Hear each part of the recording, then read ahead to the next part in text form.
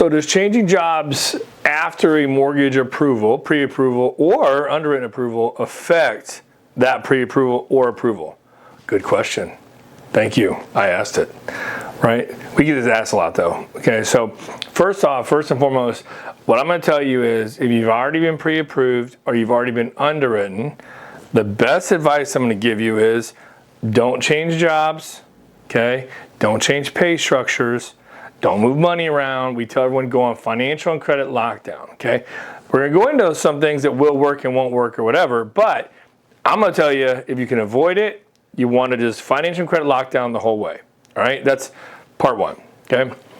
Part two of that is sometimes it's unavoidable, okay? So we're going to get into the employment side of things on the pre-approval or after it's been underwritten and approved already. Now, a couple of things we see the most that happen is we'll see someone will get fired. Okay, that's kind of the one, fired, laid off, right, cutbacks, whatever. Maybe move from full-time to part-time. Okay, any of those things we see. So an example, if you get moved from full-time to part-time, bad news.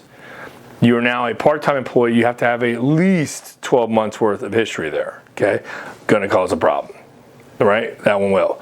But full-time, if it's like, hey, I got laid off from, let's just use Publix manager, okay? I'm a public store manager, a grocery store here in Florida and the southeastern United States. But you're a store manager, you got let go for whatever reason. A store manager is going to have a salary, or they're going to have their bonuses, etc. And you've already been underwritten. Well, that's going to be a problem. Okay, you don't have a job anymore. All right, we're going to know about it. We verify employment before closing. We're going to find out that you don't have a job. So first and foremost, you need to tell your lender right away, hey, I got fired. Okay, I got laid off. I quit. Whatever it may be, right? You don't have that job anymore. Let the lender know. That's part one. Part two is it doesn't mean the deal is dead. All right, it does not mean that deal's dead. A lot of people can find jobs fairly quickly. All right, the biggest thing is you got to make sure it's kind of in the same industry. That's what you want to do. You want to make sure it's the same industry, same type of pay structure. It can be less money, okay? That public store manager now says, well, I got fired. Hey, Walmart's hiring me, as the neighborhood market manager, right in the same town. Maybe it's $20,000 less a year. Doesn't matter, okay? We will use that income. We're going to use a lower amount of income, but it may still work, okay? So, again, if you get laid off or whatever, full-time job, you want to find a job in that same industry, ballpark, okay? Ballpark, we got ways around that too, and similar pay structures, okay? So, it doesn't kill deals. Full-time to part-time kills your deal. That hurts.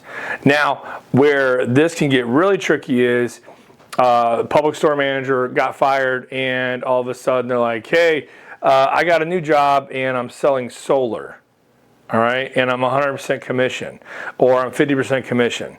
That's going to cause a huge issue, okay? Sales, you got to have at least usually 2 years experience, commission-based, bonuses, whatever. You got to have a history of that, okay? So going public store manager to selling solar, bad. That's going to cause you issues, all right?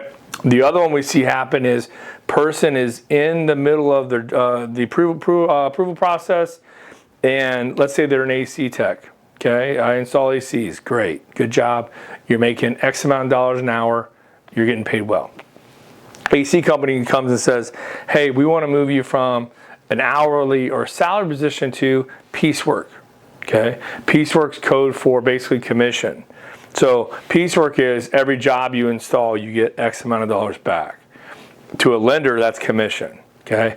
Let's just say instead of I'm being an AC tech, well, they want to move me in sales, and now I'm getting paid on every unit I sell. Well, that's commission, okay? So anytime you're going from a salary or hourly to commission or bonuses, majority commission or bonuses, you got to have a long history of doing that. So you got to have that 2-year history. So what I want you to keep an eye out for is, yes, this can cause you problems. So my number one tip is that how you say number one? That's not right. I give a thumbs up. It's this one. My number one tip is going to be as soon as you find out that you got laid off or that you took your dream job, okay, something like that, but same pay and whatever else, I'm going to tell you to advise your lender right away. That's the number one thing. You need to have that communication back with the lender. Will this kill my deal? Is this going to be a problem? What do you think?